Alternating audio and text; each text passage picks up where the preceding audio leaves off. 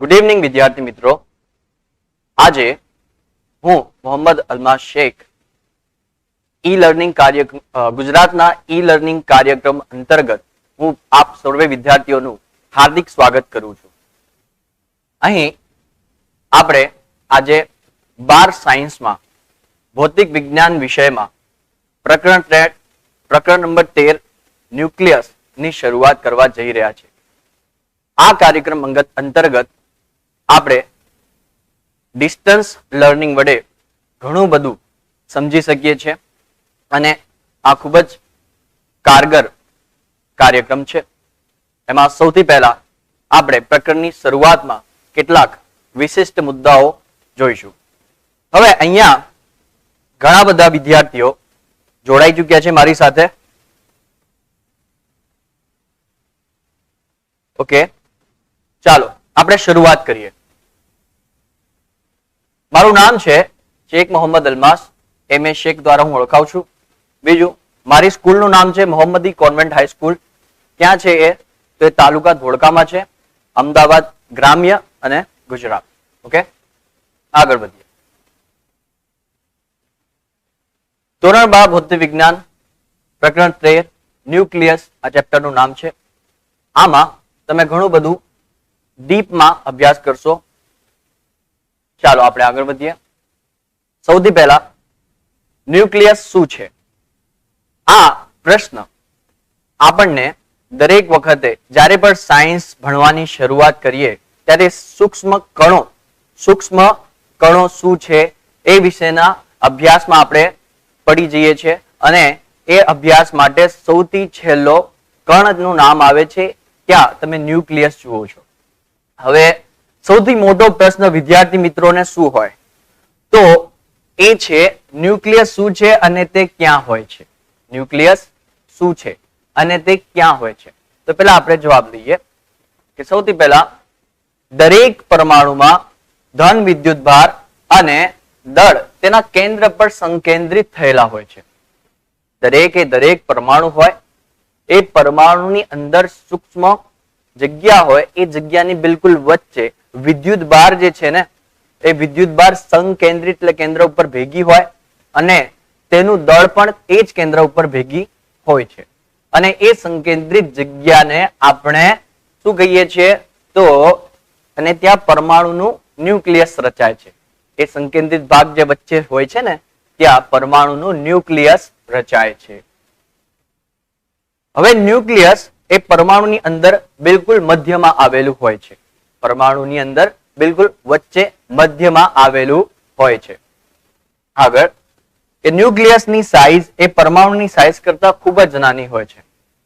કારણ કે પરમાણુ એક તો ખૂબ નાનો છે, એની અંદર પણ આ ન્યુક્લિયસ રહેલો છે, તો ન્યુક્લિયસ એ પરમાણુ કરતા નાનો જ હશે, તો ખૂબ નાનો હોય છે.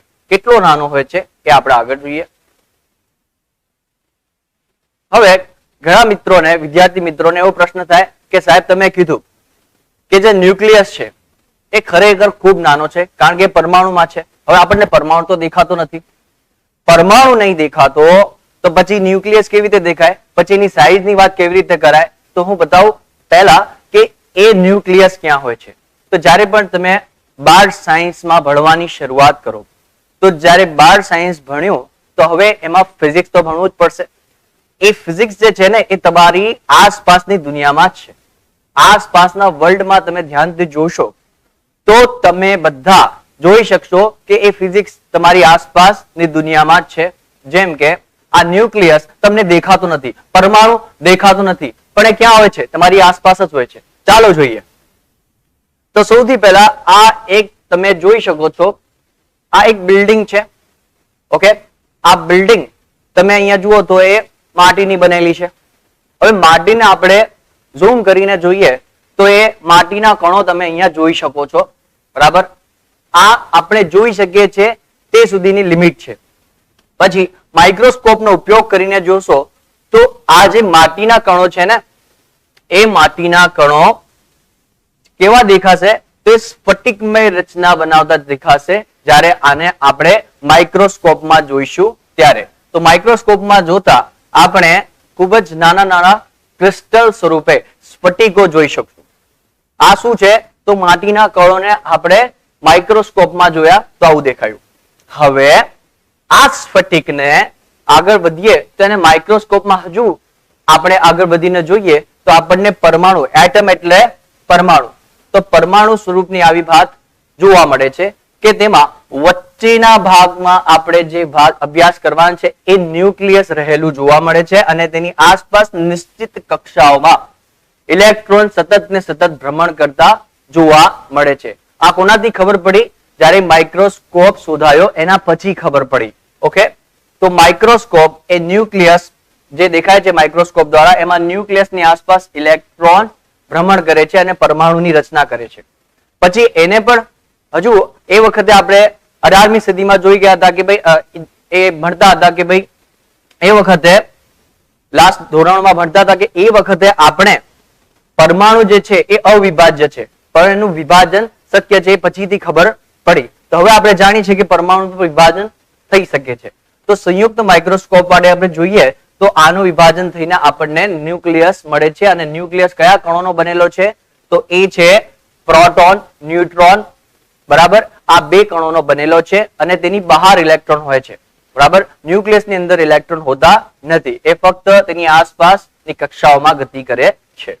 પછી આ ન્યુક્લિયસની અંદર જે ન્યુક્લિયોન છે, ન્યુટ્રોન અને પ્રોટોનને આપણે સંયુક્ત રીતે ન્યુક્લિયોન કહેવાનું છે અને એ પણ જ્યારે વિભાજિત થાય છે તો એ પણ એક ક્વાર્ક્સ નામના ખૂબ જ સૂક્ષ્મ એવા કણોથી બનેલા જાણવા મળે છે. તો આ છે ન્યુક્લિયસ કે જે દ્રવ્યની રચના કરે છે અને આ તમારી સામે છે. ઓકે, આગળ વધુ અભ્યાસ કરીએ આપણે.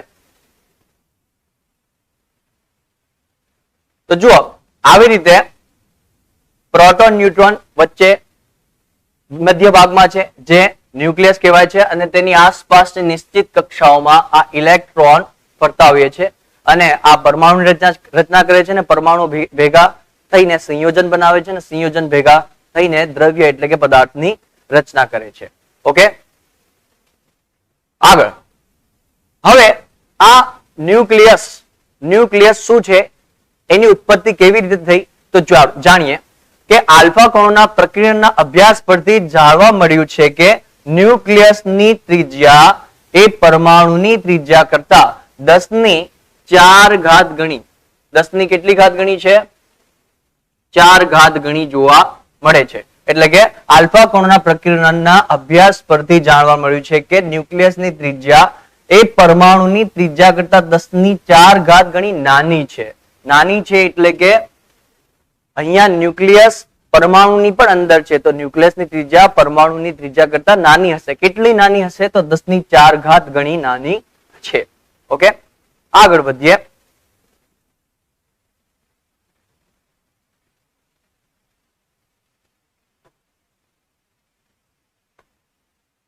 ચાલો,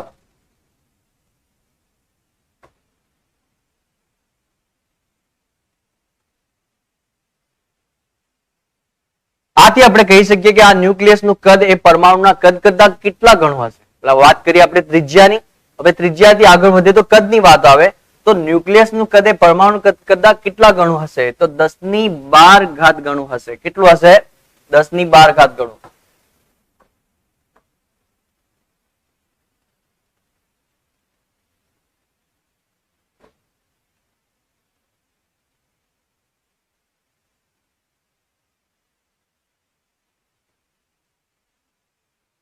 ઓકે,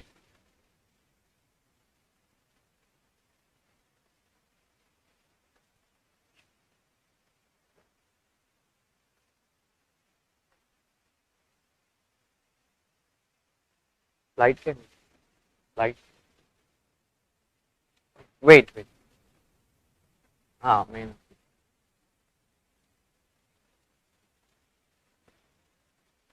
ઓકે, ફરીથી આપણે શરૂઆત કરીએ કે અહીંયા જે આલ્ફા કણોના પ્રક્રિયાના અભ્યાસ પરથી જાણવા મળ્યું છે કે ન્યુક્લિયસની ત્રિજ્યા એ પરમાણુની ત્રિજ્યા કરતા કેટલા ગણી મળી છે? આપણને 10⁴ ઘાત ગણી મળી છે.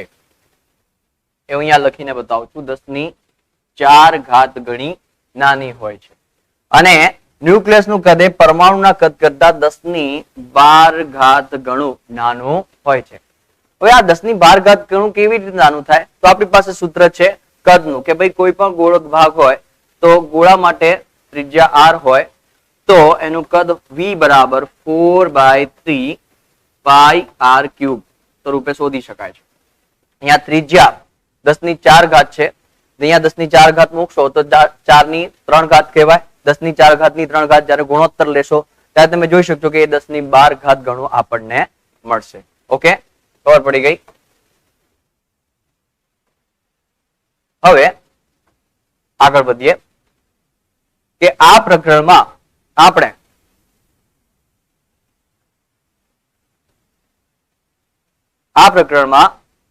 આપણે ન્યુક્લિયસનું જે બંધારણ છે ને એ ના પરિમાણ એટલે કે સાઈઝ, દળ, સ્થાયીપણા ઉપરાંત તેના ઘટક કણોની વચ્ચે લાગતા બળો, રેડિયો એક્ટિવિટી, વિખંડન, સંલયન તથા તારાઓની ઉર્જા એવી બધી જેટલી પણ બાબતો આપણી આસપાસ થઈ રહી છે એનો આપણે અભ્યાસ કરીશું. ઓકે, ચાલો નેક્સ્ટ સ્લાઇડમાં આપણે આગળ વધીએ.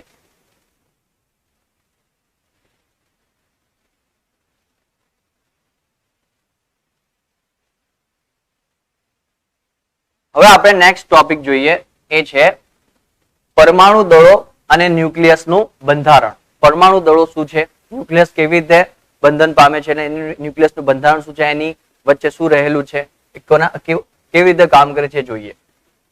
ચાલો, તો પરમાણુ દળ એક કિલોગ્રામની સરખામણીએ ઘણું નાનું છે, એટલે કે પરમાણુ દળ આપણે કિલોગ્રામમાં માપી શકતા નથી. તો એના માટે આપણે શું કરવું જોઈએ? તો એના માટે એક નવો એકમ છે અને એના માટે આપણે શું વાપરીએ છીએ, સાધન તરીકે શું વાપરીએ છીએ? તો આ એક અગત્યનો પ્રશ્ન છે કે પરમાણુનું દળ એનું ચોકસાઈ ભર્યું માપન માસ સ્પેક્ટ્રોમીટર નામના સાધન વડે કરી શકાય છે. માસ સ્પેક્ટ્રોમીટર વડે આપણે પરમાણુનું દળ માપી શકીએ છીએ.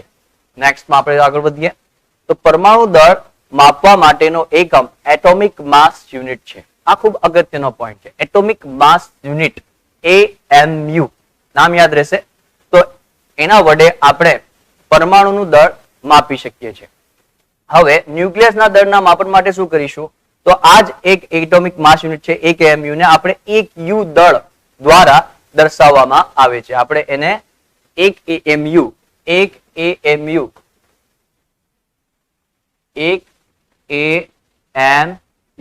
એટોમિક માસ યુનિટ બરાબર આપણે શું લખીશું? એક U દળ વડે આપણે આ પોઈન્ટ દર્શાવીશું. ઓકે, તો આ ન્યુક્લિયસના દળના માપન માટે આપણે વાપરીશું. આગળ વધીએ. એક U એટલે કાર્બન પરમાણુ દળનો 12મો ભાગ. એક U દળ શું છે? એક એટોમિક માસ યુનિટ કેવી રીતે મળશે? તો જે કાર્બન છે એનું પરમાણુ જે દળ છે એના 12મા ભાગને આપણે એક U દળ તરીકે વ્યાખ્યાયિત કરીશું. ઓકે, તો એ કેવી રીતે જોડવાનું? તો દાખલા તરીકે એક U દળ બરાબર 1.992647 into 10⁻⁻26 કિલોગ્રામ. ગુજરાતીમાં વાંચીએ તો એક U દળ બરાબર 1.992647 ગુણ્યા 10⁻26 કિલોગ્રામ જેટલું આપણે લઈએ છીએ. ઓકે,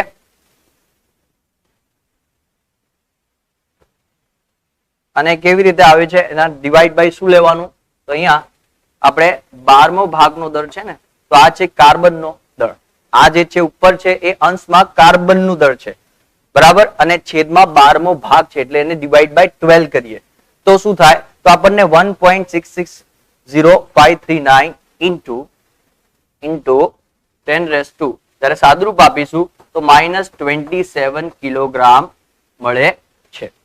અને આ એક U દળનું મૂળ મૂલ્ય છે. એક U દળ બરાબર 1.660539 into 10⁻⁻27 કિલોગ્રામ. ઓકે, આગળ વધીએ તો ફાઇનલી આપણે એને એપ્રોક્સિમેટ કરીને એટલે 1.66 into 10⁻⁻27 કિલોગ્રામ, 10⁻⁻27 કિલોગ્રામના ફોર્મેટમાં આપણે એને આગળ યાદ રાખવાનું રહેશે. તો જ્યારે પણ એક U દળની વાત આવે તો કેટલા કિલોગ્રામ થાય? તો 1.66 into 10⁻⁻27 કિલોગ્રામ જેટલું એકયુ દળ થાય છે. અને આ ન્યુક્લિયસના જેટલા પણ દળો છે અલગ અલગ ન્યુક્લિયસના એ આ જ ફોર્મેટમાં માપવામાં આવે છે. આગળ વધીએ.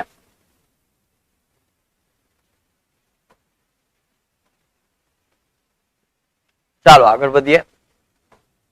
Next slide.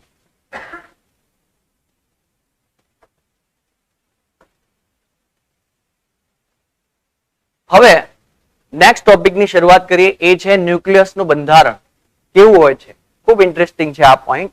એનાથી તમે ખૂબ સારી રીતે ન્યુક્લિયસની વિશેની બેઝિક માહિતી જે છે એ તમે જાણી શકશો. ચાલો આગળ વધીએ.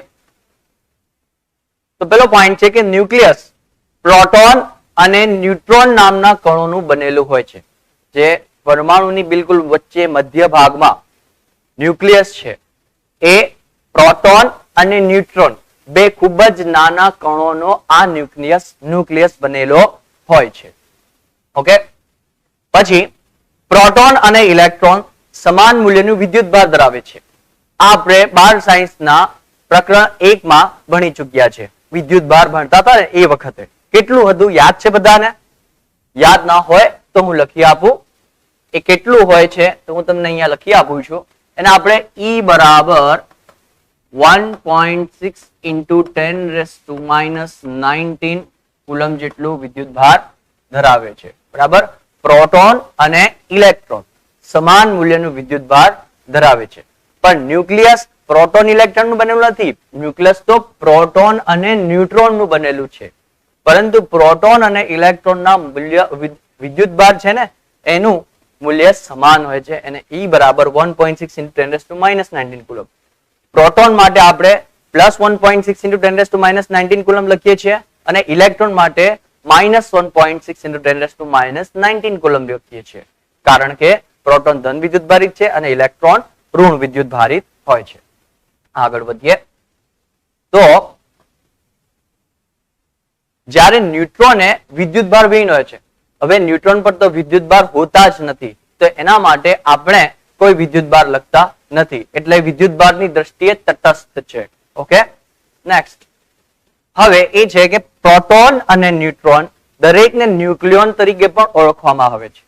ન્યુક્લિયસની અંદર રહેલા પ્રોટોન અને ન્યુટ્રોનને બીજા એક નામથી ઓળખવામાં આવે છે. એ છે ન્યુક્લિયોન. બરાબર. સંયુક્ત નામ છે આ બંનેનું. ઓકે. Next point. તો તત્વના પરમાણુના ન્યુક્લિયસને આપણે કેવી રીતે દર્શાવીએ છીએ તો હું લખું છું અહીંયા ZXA દ્વારા અથવા ZXA અહીંયા લખીએ તો આવી રીતે બે તરીકાથી આપણે દર્શાવીએ છીએ. તત્વના પરમાણુ ન્યુક્લિયસને ZXA અથવા ZXA વડે દર્શાવવામાં આવે છે. આ ખૂબ જ અગત્યનો પોઈન્ટ છે. આનાથી ન્યુક્લિયસને કેવી રીતે તમે ઓળખશો એ આ પોઈન્ટ થી ખબર પડી જશે. આ પોઈન્ટ. બરાબર. ZXA એમાં Z શું છે, X શું છે, A શું છે એ બધું આજે તમને ખબર પડી જશે. તો ચાલો આપણે આગળ વધીએ.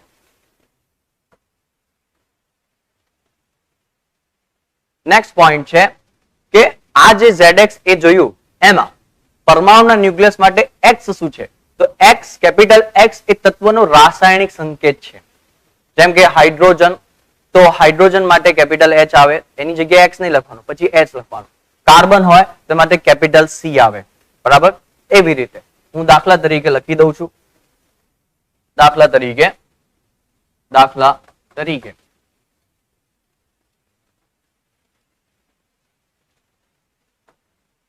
તમને દેખાય એવી રીતે હું અહીંયા લખવાનો પ્રયત્ન કરું છું.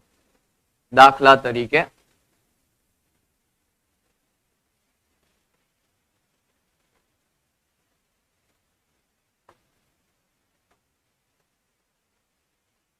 અહીંયા લખું.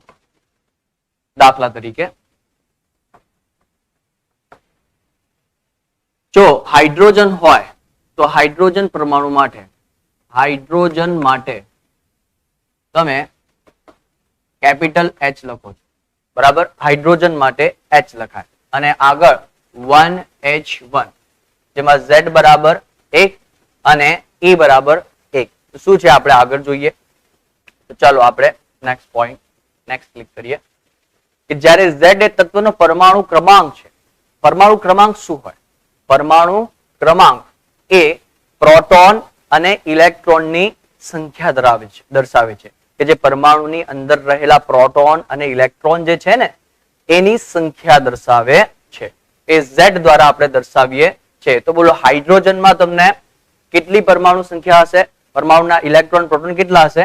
તો એક ઇલેક્ટ્રોન હશે અને એક પ્રોટોન હશે. બરાબર. તો આ Z એ તત્વનો પરમાણુ ક્રમાંક દર્શાવે છે. નેક્સ્ટ, Z તે તત્વના ન્યુક્લિયસમાં પરમાણુ પ્રોટોનની સંખ્યા દર્શાવે છે. ઓકે, તો મેઇન પોઈન્ટ એ પરમાણુ ક્રમાંકમાં Z એ પ્રોટોનની સંખ્યા દર્શાવે છે એ છે. હવે આગળ વધીએ આમાં કે પરમાણુ ક્રમાંક Z તત્વનું આવર્ત કોષ્ટકમાં સ્થાન પર દર્શાવે છે કે જેટલા પ્રોટોનની સંખ્યા હશે, 1 હશે, 2 હશે, 3 હશે, એ પ્રમાણે આવર્ત કોષ્ટક જે આપણે ભણીએ છીએ એની અંદર એ કયા સ્થાને ગોઠવાશે, આપેલ તત્વો કયા સ્થાને ગોઠવાશે તેની આપણે નોંધ કરી શકીએ છીએ, એટલે કે એનું સ્થાન દર્શાવી શકીએ છીએ. નેક્સ્ટ પોઈન્ટ, પરમાણુ વિદ્યુતની દ્રષ્ટિએ તટસ્થ હોવાથી તેના માટે ઇલેક્ટ્રોન સંખ્યા પર Z જેટલી જ હોય છે. હવે પરમાણુની અંદર જેટલા પ્રોટોન હોય એટલા જ ઇલેક્ટ્રોન હોય છે, તેટલા માટે જ આમ લખીએ છીએ. આપણે અત્યાર સુધી ભણતા હતા કે પરમાણુ એ વિદ્યુતની દ્રષ્ટિએ તટસ્થ છે. તટસ્થ એટલે કે એના ઉપરનો કુલ વિદ્યુતભાર શૂન્ય છે. હવે કુલ વિદ્યુતભાર શૂન્ય કેમ હોય એવું પ્રશ્ન થાય ને આપણને. બતાવું, ચાલો આપણે અહીંયા લખીને હું તમને લખીને બતાવું કે પરમાણુ માટે કોઈ બી પરમાણુ એ વિદ્યુતની દ્રષ્ટિએ તટસ્થ છે. પરમાણુ વિદ્યુતની દ્રષ્ટિએ શું હોય? તટસ્થ હોય. કેમ હોય? તો પરમાણુ માટે કુલ વિદ્યુતભારને આપણે ક્યુ કહીએ તો એ એક positive E plus E proton માટે અને બીજું નેગેટિવ E એટલે કે માઇનસ E ઇલેક્ટ્રોન માટે. તો ઇલેક્ટ્રોનનો વિદ્યુતભાર ઋણ હોય, પ્રોટોનનો વિદ્યુતભાર ધન હોય, બંનેના મૂલ્યો તો સરખા. તો પ્લસ E અને માઇનસ E કરશો તો બંને ઉડી જશે, તો બચશે શું?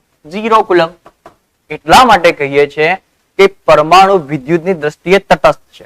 હવે આ પોઈન્ટ ફરીથી વાંચીએ કે પરમાણુ વિદ્યુતની દ્રષ્ટિએ તટસ્થ હોવાથી તેના માટે ઇલેક્ટ્રોન સંખ્યા પણ Z જેટલી. કેમ? કારણ કે ન્યુટ્રોન પર તો વિદ્યુતભાર છે જ નહીં, અને જે છે એ Z માટે આપણે પરમાણુ ક્રમાંક માટે પ્રોટોન લઈએ છીએ. તો બીજા કયા બાકી કે જેના કારણે વિદ્યુતભાર શૂન્ય થાય છે? તો એ રહ્યા ઇલેક્ટ્રોન. અને આપણે જાણીએ છીએ કે પ્રોટોન અને ઇલેક્ટ્રોનના વિદ્યુતભારના મૂલ્યો સમાન છે, પરંતુ તેના પ્રકાર જુદા હોવાથી એક પોઝિટિવ એક નેગેટિવ, તો એના માટે કુલ વિદ્યુતભાર શૂન્ય થાય છે. એટલા માટે પરમાણુ ક્રમાંક માટે આપણે પ્રોટોનની સંખ્યા અને ઇલેક્ટ્રોનની સંખ્યા Z દ્વારા જ દર્શાવવામાં આવે છે. ખબર પડી ગઈ આ પોઈન્ટ બધાને? ઓકે, ચાલો નેક્સ્ટ પોઈન્ટ આગળ વધીએ. આ લાઈનમાં તમે કંઈક સારું ભણશો અને એ છે કેપિટલ A, એટલે કે અહીંયા ZX A માં કેપિટલ A શું છે? તો એ તે તત્વના ન્યુક્લિયસનો પરમાણુ દળ છે. પરમાણુ દળ છે અને તે ન્યુક્લિયસમાં રહેલા પ્રોટોન અને ન્યુટ્રોનની કુલ સંખ્યા દર્શાવે છે, જેને આપણે ન્યુક્લિયોન અંક પણ કહીએ છીએ. ઓકે, ફરીથી વાંચીએ કે એ તત્વના ન્યુક્લિયસનો પરમાણુ દળ છે. બરાબર, પરમાણુ દળ, પરમાણુ કેટલું દળ ધરાવે છે એ આપણે કેપિટલ A દ્વારા દર્શાવીએ, અને તે ન્યુક્લિયસમાં રહેલા પ્રોટોન અને ન્યુટ્રોનની કુલ સંખ્યા દર્શાવે છે. તો કેપિટલ A માં Z પણ આવી ગયું અને ન્યુટ્રોનની સંખ્યા પણ આવી ગઈ. કુલ સંખ્યા પ્રોટોન અને ન્યુટ્રોનની કુલ સંખ્યા દર્શાવે છે, જેને આપણે ન્યુક્લિયોન અંક કહેવાનું છે. કેપિટલ A નું બીજું નામ ન્યુક્લિયોન અંક છે. ઓકે, નેક્સ્ટ પોઈન્ટમાં આગળ વધીએ. દાખલા તરીકે આ ન્યુક્લિયોન અંક કેવી રીતે લખવાનું? તો કેપિટલ A બરાબર Z પ્લસ N, કારણ કે એ પરમાણુ દળ A અને તેમાં રહેલા પ્રોટોન ન્યુટ્રોન બંનેની સંખ્યા છે ને, તો પ્રોટોન માટે આપણે Z વાપરીએ અને ન્યુટ્રોન માટે આપણે કેપિટલ N વાપરીએ, તો E બરાબર Z પ્લસ N થાય, જે ન્યુક્લિયોન અંક સ્વરૂપે ઓળખાય છે. બીજો પોઈન્ટ પણ આમાં છે જે તમને કામ આવશે આગળ MCQ ગણવામાં, કે જેમાં ન્યુક્લિયોન અંક પરથી આપણે આ N ને કરતા બનાવી લો. N ને તમે કરતા બનાવી લો તો N ને કરતા બનાવતા આ Z સામે જશે તો A માંથી Z માઇનસ થઈ જશે, તો N બરાબર Z માઇનસ A નું બીજું નામ શું છે? ન્યુટ્રોન અંક. તો આ N બરાબર A માઇનસ Z દ્વારા તમે શું મેળવી શકશો? તો આપેલ પરમાણુના ન્યુક્લિયસમાં રહેલા કુલ ન્યુટ્રોનની સંખ્યા માટે આ n બરાબર a માઇનસ z ને આપણે ન્યુટ્રોન અંક સ્વરૂપે વ્યાખ્યાયિત કરીશું. ઓકે, તો આ બેઝિક પોઈન્ટ તમને ખૂબ કામ આવશે. હવે અહીંયા જે હાઇડ્રોજન માટે 1H1 શું લખ્યું છે તમને ખબર પડી ગઈ ને? આ 1H1 આ હાઇડ્રોજનનો પરમાણુ છે અને ન્યુક્લિયસ છે અને એનામાં Z બરાબર 1 એટલે કે 1 પ્રોટોન અને 1 ઇલેક્ટ્રોન હોય છે અને એનો પરમાણુ ભાર પણ 1 જેટલો, A બરાબર 1 જેટલો આપણે લઈએ છીએ. આગળ વધીએ.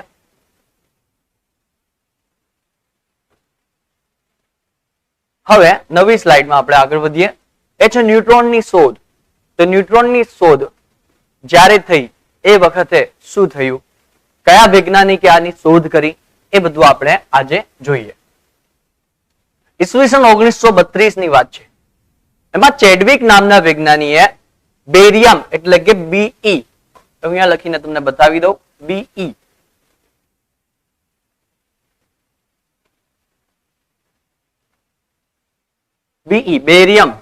બેરિયમ નામના તત્વ. BE પર આલ્ફા કણ શું છે એને આપણે સિમ્બોલમાં આલ્ફા દ્વારા દર્શાવીએ છીએ. આલ્ફા કણ એટલે 2He4. આ હિલિયમના કણો છે. આલ્ફા કણ હિલિયમ ન્યુક્લિયસના કણો છે. ઓકે, તો એનું શું થયું? તો ઈસવીસન 1932 માં ચેડવિક નામના વિજ્ઞાનીનું નામ શું હતું? ચેડવિક નામના વિજ્ઞાનીએ બેરિયમ BE પર આલ્ફા કણ, એ આલ્ફા કણ શું છે તો 2He4 એટલે કે હિલિયમના કણો. હું લખી દઉં છું ઉપર, આલ્ફા કણ એટલે હિલિયમનું કણ, હિલિયમના કણ જે આપણે 2He4 દ્વારા દર્શાવીએ છીએ. તો એનો મારો ચલાવતા પ્રયોગ કર્યો. ઓકે, બેરિયમ પર આલ્ફા કણનો મારો એટલે કે એના ઉપર ફેંક્યા બેરિયમના કણો, આલ્ફા કણો, બેરિયમની ઉપર આલ્ફા કણો ફેંક્યા, મારો ચલાવ્યો. તો શું થયું? તો ઉર્જા અને વેગમાનના સંરક્ષણનો નિયમ લાગુ પાડીને દર્શાવ્યું કે આ ઘટનામાં ઉત્સર્જિત કણ વિદ્યુતની દ્રષ્ટિએ તટસ્થ છે. વિદ્યુતની દ્રષ્ટિએ એના ઉપર કોઈ વિદ્યુત ભાર જોવા મળ્યો નહીં, એટલે કે તટસ્થ છે. અને તેનું દળ લગભગ પ્રોટોનના દળ જેટલું જ છે. તે કણને આપણે ન્યુટ્રોન નામ આપવામાં આવ્યું. આવું કોણે શોધ્યું? 1932 માં ચેડવિકે શોધ્યું, કે જેને આલ્ફા કણોનો મારો ચલાવ્યો બેરિયમ નામના તત્વ ઉપર અને તેમાંથી જે કણો છૂટા પડ્યા એનું નામ એણે ન્યુટ્રોન નામ આપ્યું, કે જેનું દળ લગભગ પ્રોટોનના દળ જેટલું જોવા મળ્યું. આગળ વધીએ. એમાં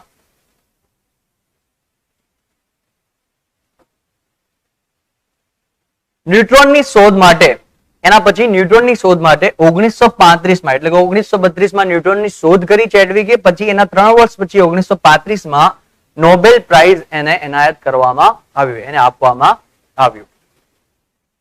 હવે ન્યુટ્રોનનું દળ કેટલું? તો એને આપણે mn દ્વારા લખીએ તો mn ન્યુટ્રોન માસ, ન્યુટ્રોનનું દળ mn બરાબર 1.00866 U બરાબર 1.6749 into 10⁻⁻27 કિલોગ્રામ જેટલું ન્યુટ્રોનનું દળ આંકવામાં આવે છે, કે જે લગભગ કોના જેટલું છે? પ્રોટોનના દળ જેટલું જ છે, એની નજદીક છે. બરાબર, અને યુ દળ સ્વરૂપે 1.00866 યુ દળ અને કિલોગ્રામ સ્વરૂપે કન્વર્ટ કરો તો આપણે અત્યારે જોઈ ગયા ને 1.6 યુ, એક યુ દળ બરાબર કેટલા કિલોગ્રામ? તો 1.66 ગુણ્યા 10⁻27 કિલોગ્રામ વડે ગુણો તો તમને જવાબ મળશે 1.6749 into 10⁻⁻27 કિલોગ્રામ. ઓકે, આવી રીતે આપણે ન્યુટ્રોનનું પણ દળ લઈએ છીએ. નેક્સ્ટ પોઈન્ટમાં આગળ વધીએ. હવે નવો ટોપિક આવે છે ન્યુક્લિયસની અંદર અને એ છે પહેલું આઇસોટોપ્સ, પછી આઇસોટોન્સ, પછી આઇસોબર્સ અને આઇસોમર્સ. ન્યુક્લિયસ એવા કયા હોય કે જેને આપણે આઇસોટોપ્સ એટલે કે સમસ્થાનિકો કહીએ, પછી આઇસોટોન્સ, પછી આઇસોબર્સ, આઇસોમર્સ. આ બધું શું છે તો આપણે જાણીએ. આઇસોટોન પહેલા આપણે ભણીએ. એ શું છે કે એક જ તત્વના પરમાણુના ન્યુક્લિયસ માટે તેના રાસાયણિક ગુણધર્મો સમાન હોય. શું સમાન હોય? રાસાયણિક ગુણધર્મો એ સમાન હોય, પરંતુ પરમાણુનું દળ જુદું હોય, એટલે કે પરમાણુ દળ જુદા જુદા હોય તો તેમને એકબીજાના સમસ્થાનિકો એટલે કે આઇસોટોપ્સ કહે છે. આઇસોટોપ એ ઇંગ્લિશ નામ છે અને સમસ્થાનિકો એ ગુજરાતી નામ છે. આઇસો એટલે સમ, ટોપ્સ એટલે સ્થાન દર્શાવે છે, તો સમસ્થાનિકો એટલે આઇસોટોપ્સ. ઓકે, તો આવા પરમાણુ આવર્ત કોષ્ટકમાં એક જ સ્થાને હોય. જો આ નામ છે ને એક જ સ્થાન, એનાથી તમે આ ટોપિક સમજી શકશો કે આને સમસ્થાનિકો કેમ કહેવાય. કે ટોપિકમાં આપણે જોયું કે એક જ તત્વ પરમાણુ ન્યુક્લિયસ માટે તેના રાસાયણિક ગુણધર્મો સમાન છે. ઓકે, રાસાયણિક ગુણધર્મો સમાન છે પરંતુ પરમાણુના દળ જુદા જુદા હોય તો તેમને આપણે સમસ્થાનિકો કીધા. તે સમસ્થાનિકો કેમ? તો દળ અલગ અલગ છે પણ રાસાયણિક ગુણધર્મો સમાન હોવાથી, એક જ તત્વના બનેલા હોવાથી આપણે એને એક જ સ્થાન ઉપર આવર્ત કોષ્ટકમાં રાખીએ છીએ. તો એક જ સ્થાન એટલે સમસ્થાન કહેવાય. તો એટલા માટે આવા તત્વને આપણે સમસ્થાનિકો એટલે કે આઇસોટોપ્સ કહેવાય. આઇસો એટલે સમ, ટોપ્સ એટલે સ્થાન દર્શાવે, ગ્રીક વર્ડ છે એટલે. તો આમ એક જ તત્વના જુદા જુદા આઇસોટોપ્સના ન્યુક્લિયસના પ્રોટોનની સંખ્યા સમાન હોય છે અને ન્યુટ્રોનની સંખ્યા જુદી જુદી હોય છે. સમસ્થાનિકો માટે આ અગત્યનો પોઈન્ટ છે કે તેની અંદર ન્યુક્લિયસના પ્રોટોનની સંખ્યા સમાન હોય છે અને ન્યુટ્રોનની સંખ્યા જુદી જુદી હોય છે. તેથી પરમાણુ દળ પણ જુદું જુદું થાય છે. પરમાણુ દળ કેમ જુદું થયું ખબર પડી કે પ્રોટોનની સંખ્યા સમાન છે પરંતુ ન્યુટ્રોનની સંખ્યા જુદી જુદી હોવાથી પરમાણુ દળ બદલાઈ જાય છે. ઓકે, તો આવી રીતે આ પોઈન્ટ ભણી શકાય છે. નેક્સ્ટ પોઈન્ટમાં આપણે આગળ વધીએ.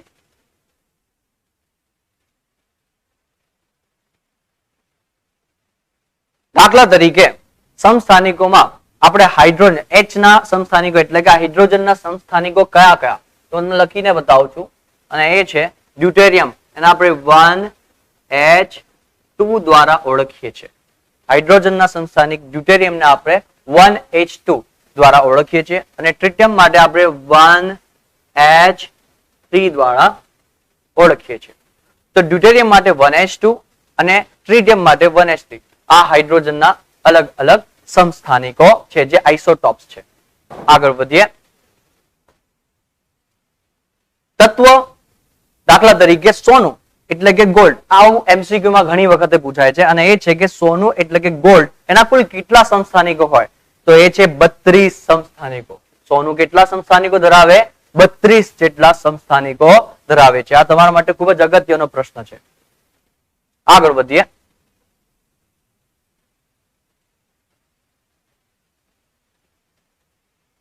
હવે જે તત્વના ન્યુક્લિયસ માટે ન્યુટ્રોનની સંખ્યા કેપિટલ N એ સમાન હોય. શું હોય? સમાન હોય. તથા પરમાણુ ક્રમાંક Z અને પરમાણુ દળ A બંને જુદા જુદા હોય તો તેમને એકબીજાના આઇસોટોન્સ કહેવાય. ટોન્સ, આઇસોટોન્સ. ઓકે, આ જોઈએ કે આ આઇસોટોન્સ કેમ છે. તો જો ફરીથી વાંચીએ કે જે તત્વના ન્યુક્લિયસ માટે ન્યુટ્રોનની સંખ્યા n સમાન છે, ન્યુટ્રોનની સંખ્યા n સંખ્યા સમાન છે. ઓકે, તથા પરમાણુ ક્રમાંક Z અને પરમાણુ દળ A બંને જુદા જુદા હોય તો તેમને એકબીજાના સમમૂલક, મૂલક એટલે કે મૂલ્યો સમાન છે. કોના? ન્યુટ્રોનની સંખ્યા એટલે મૂલ્ય, તો એને આઇસોટોન્સ કહીએ છે. તો આવી રીતે તમે યાદ કરશો તો દિમાગની અંદર બેસી જશે, નીકળશે નહીં ઠેઠ બોર્ડની એક્ઝામ સુધી અને એના પછી પણ તમને યાદ રહેશે. ઓકે, ચાલો આગળ વધીએ.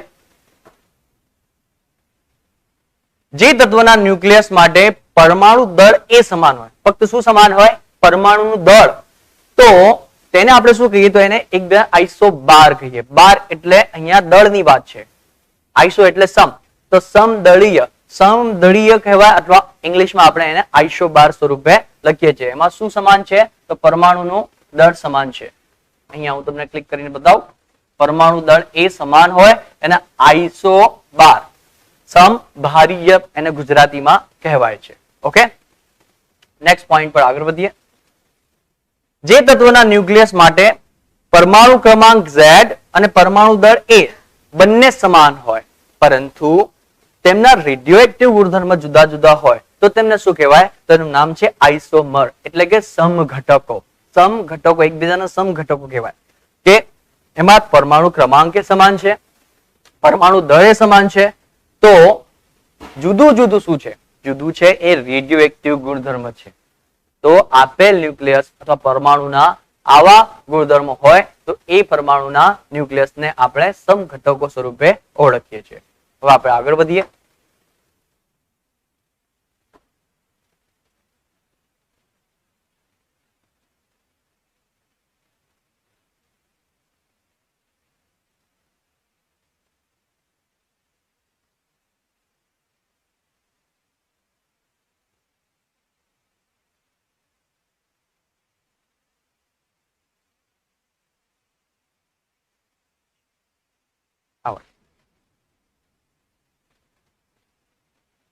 આપણે હવે આગળ વધ્યા આમાં. તો આ પોઈન્ટ તો આપણે જોઈ લીધું. હવે નેક્સ્ટ પોઈન્ટ.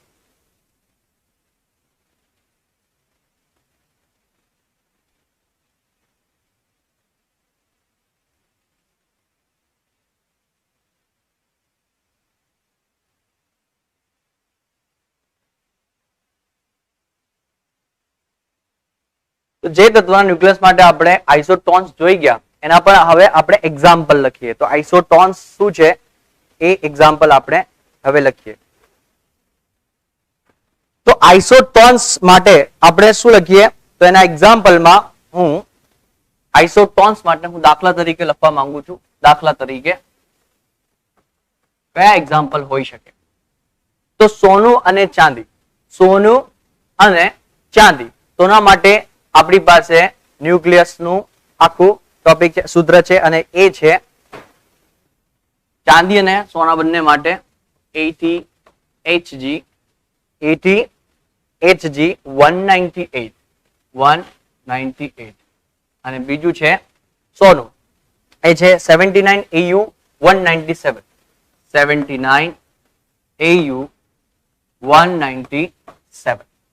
તો આ બંને એકબીજાના શું કહેવાય? આઇસોટોન કહેવાય. કે જેમાં તમે જોશો કે તેમાં ન્યુટ્રોનની સંખ્યા સમાન મળશે. 198 - 80 કરશો, 197 - 79 કરશો, જવાબ સરખા મળશે.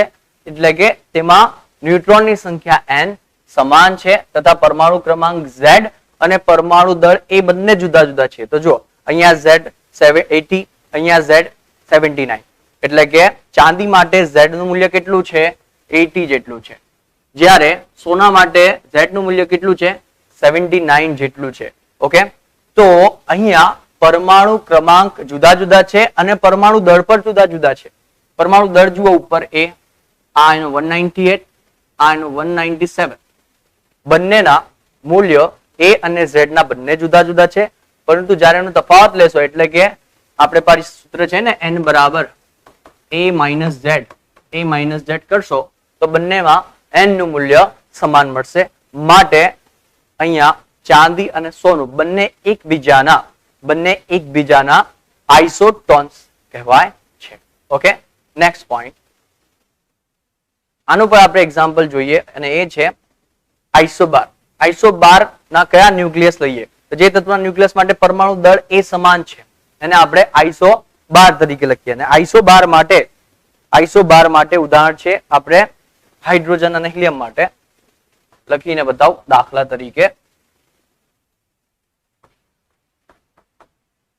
તરીકે પહેલો પોઈન્ટ છે આઇસોબારમાં 1H3 અને 2He3. એક હાઇડ્રોજન અને એક હિલિયમ. 1H3 અને 2He3. 1H3 ટ્રિટિયમ છે અને 2He3 એ છે હિલિયમનો સમઘટક.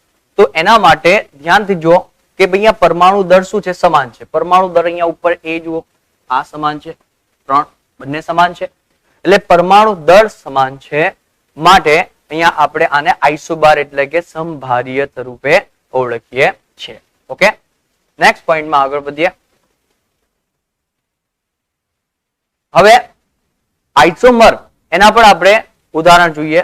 તો ફરીથી આપણે જોઈએ કે જે તત્વના ન્યુક્લિયસ માટે પરમાણુ ક્રમાંક Z અને પરમાણુ દળ એ બંનેના મૂલ્ય સમાન હોય પરંતુ તેમના રેડિયો એક્ટિવ ગુણધર્મ.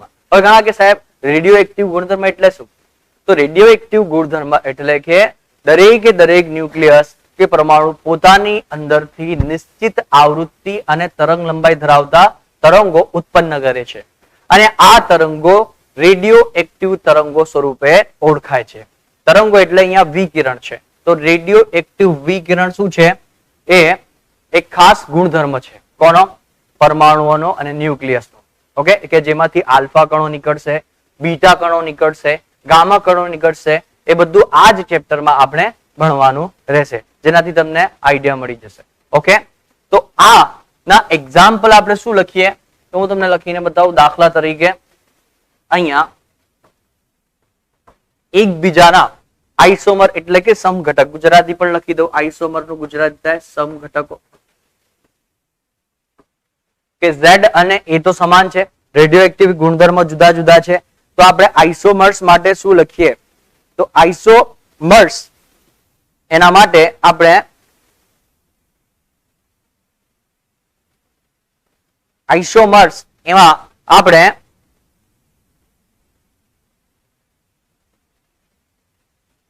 દાખલા તરીકે આપણે લેડ નું એક્ઝામ્પલ લઈએ.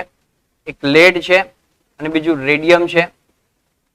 તો લેડ ના બે અલગ અલગ સમસ્થાનિકો લઈએ તો એના માટે લેડના બે જુદા જુદા સમસ્થાનિકોના માટે Z અને A ના મૂલ્યો સમાન હશે, પણ રેડિયો એક્ટિવ ગુણધર્મો જુદા જુદા છે. અને R એટલે કે રેડિયમ, તો રેડિયમ જે છે એના માટે પણ જેટલા પણ સમસ્થાનિકો હશે એમના Z અને એના મૂલ્યો સમાન હશે, પરંતુ જે રેડિયો એક્ટિવ ગુણધર્મો છે એ જુદા જુદા હશે. તો માટે એ બધા એકબીજાના સમઘટકો એટલે કે આઈસોમર્સ તરીકે ઓળખાય છે. ઓકે, ખબર પડી ગઈ બધાને? તો આજનો લેક્ચર આપણે પહેલો લેક્ચર છે અહીંયા સુધી રાખીએ. હવે આપણે નેક્સ્ટ